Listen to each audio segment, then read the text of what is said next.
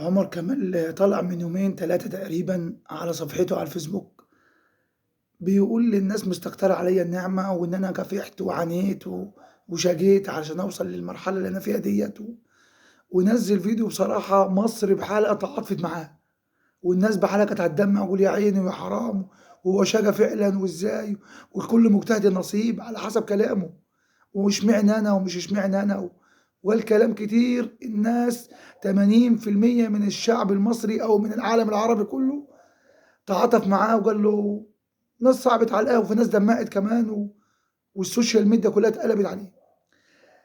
تعالوا بقى نسمع الفيديو بتاع عمر كمال وبعد كده نعقّب على كمال، شوف عمر كمال ده هل هو ماشي على الصراط المستقيم أو على الطريق الصحيح أو على طريق الحق عن طريق الضلال، وبعد كده نرجع نعقّب على كلامه. اشمعنى انا لما كنت شغال في بنزينة بجمع الجنيه والاتنين التبس بتاعي، الجنيه والاتنين والتلاتة والاربعة والكلام ده كله، عشان اجمع قبض، لان انا ما كنت شغال في البنزينة بالشهرية، بشتغل بالتبس اللي بيجي لي. خش لي عربية بي ام ولا مرسيدس ولا اي كان نوعها، كنت مش بقول لي يا امه اللي جايبها له، كنت مش بقول لي يا ريتني اتعلمت زيه عشان اركب عربية زي دي. اشمعنى كنت بقول الحمد لله ربنا يبارك له يديله ويغني كل الناس. اشمعنى اشمعنى انا لما كنت بقف امن 12 ساعه في الشركه المانيه كنت شغال فيها في السخنه، كنت بقف 12 ساعه امن في البرد، كنت استلم من 8 بالليل ل 8 الصبح ولا من 9 ل 9، فاهم، ب 1200 جنيه، ويجي راجل مهندس محترم في الشركه الالمانيه دي بتاعت باين توليد الكهرباء مش عارف ولا ايه، كنت استقبل الراجل ويقول لي روح جيب وروح جيب وروح جيب، كنت اخد المكنه ولا العربيه انزل له اي ريست في السخنه اجيب له عشان راجل مهندس واجي له واخدم عليه. اشمعنى انا ما قلتش هو مهندس احسن مني ليه بيعاملني كده؟ اشمعنى انا لما كنت شغال في محل جزم في احمد عرابي عندنا في السويس، ودي حاجه معروفه، كان مسميني عمر ارتكلات. عارف المغزى الشوز اللي في رجلك ده؟ الشوز ده ليه 3 ارقام، اللون ده ليه رقم، والمقاس ده 36 37 كده ليه رقم، وشكل الموديل ليه رقم. كان فيش كرتونه في المحل ده انا ما كنتش حافظها، كان بيسموني، كان ممنوع عندي اخد يوم اجازه، كنت اجيب بالست كراتين وانزل تحت رجل الست، وانا كنت راجل اقيسها الحاجات دي كلها في رجليها، وتقول لي لا ده لا ده لا، وانزل انا احط لها الشوز على الارض. اشمعنى ما قلتش ليه كده؟ اشمعنى لما كنت شغال في محل بدون ذكر اسمه عشان راجل صاحبه اكيد هيبص على ده، لما كان بروح اعد طلبات، اطلع البرج لما يكون بتاع الدور ال 11 كان ما فيش اسانسير، وانزل واطلع وانزل واطلع وانزل اجيب له طلبات للبيت. اشمعنى انا ما قلتش لا؟ اشمعنى انا ما قلتش دوت متعلمين ولا مش متعلمين؟ اشمعنى لما جه دوري الكل حقد عليا؟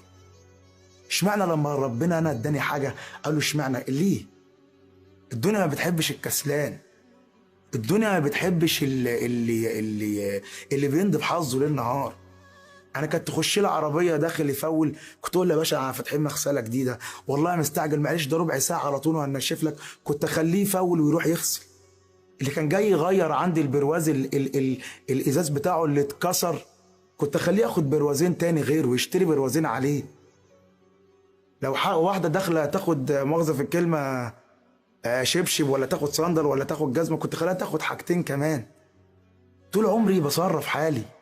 انا نزلت القاهره دي ب 10 جنيه، اقسم بديني اقسم بديني انا كان معايا 20 جنيه، كنت من السويس ركبت من موقف السلام لحد رمسيس ب 10 جنيه، ورحت اشتغلت في مطعم اسمه، ادوني سكن هناك مع الناس، كنت افطر في المحل ممنوع عليا اخد اي اكله من كريب شاورما، لا كبده ممنوع، فول وطعميه ومسقعه تاخد.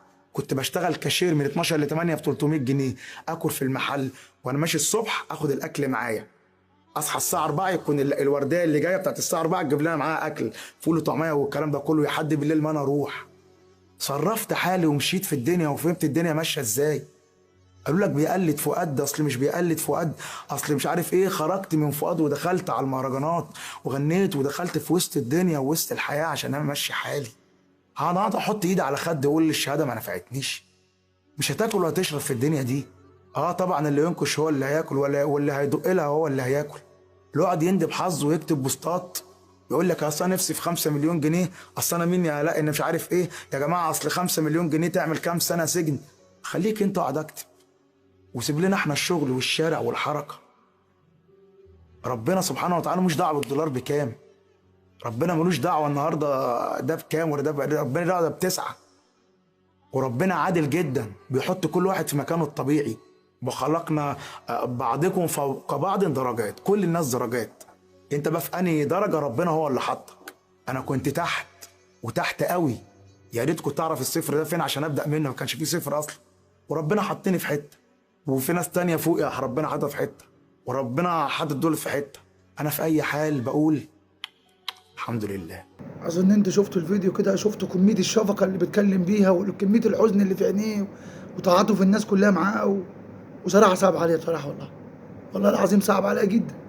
انا صدقته والله العظيم صدقت كلامه وتعاطفت معاه، وفضل شويه هنعيط كمان.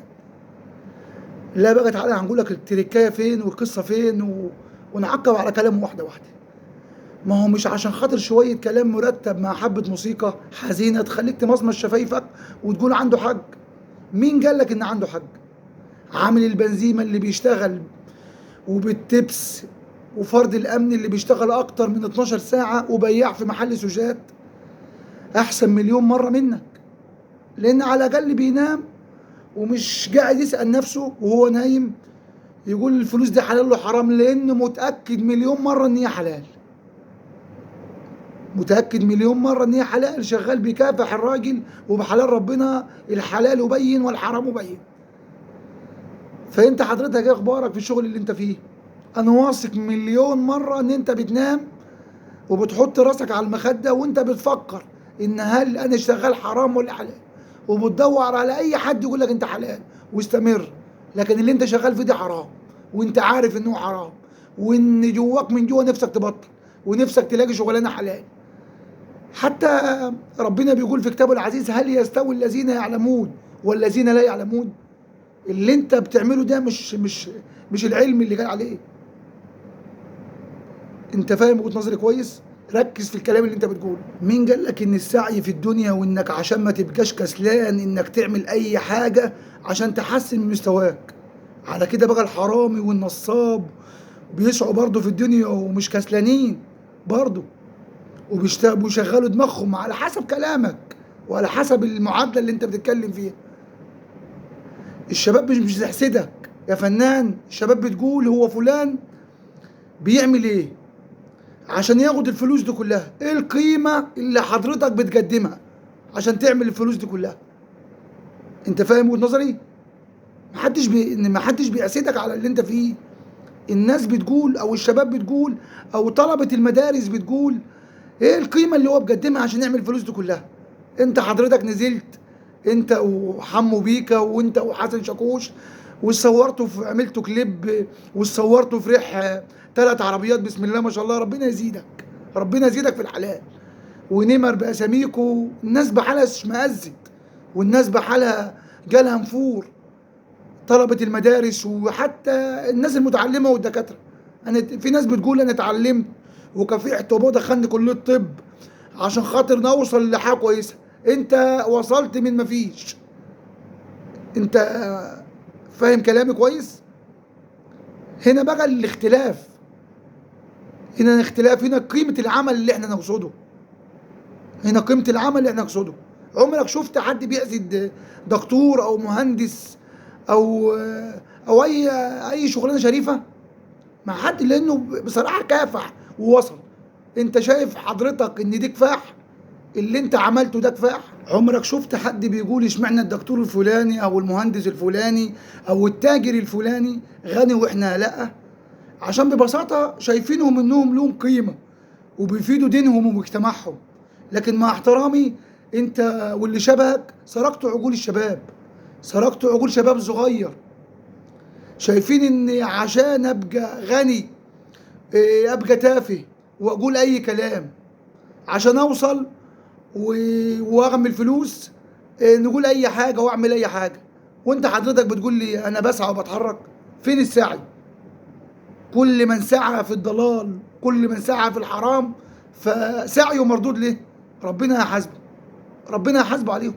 اذا مات ابن ادم ابتلى بمصيبتان، ده كلام النبي مش كلامي. اذا مات ابن ادم ابتلى بمصيبتان، يسيب ماله كله دي مصيبه، وينسال عليه كله دي مصيبه تانيه. فكل واحد ايا كان بيعمل حلال او حرام اي شغلانه بقى، هيسيب عمله كله وهيسيب ماله كله، اذا كان من حلال ولا من حرام، وهينسال عليه كله. لو كان كويس فطبعا ونرجو من الله ان يكون كويس ان شاء الله، في اعلى عليين وفي اعلى مراتب الجنه ان شاء الله.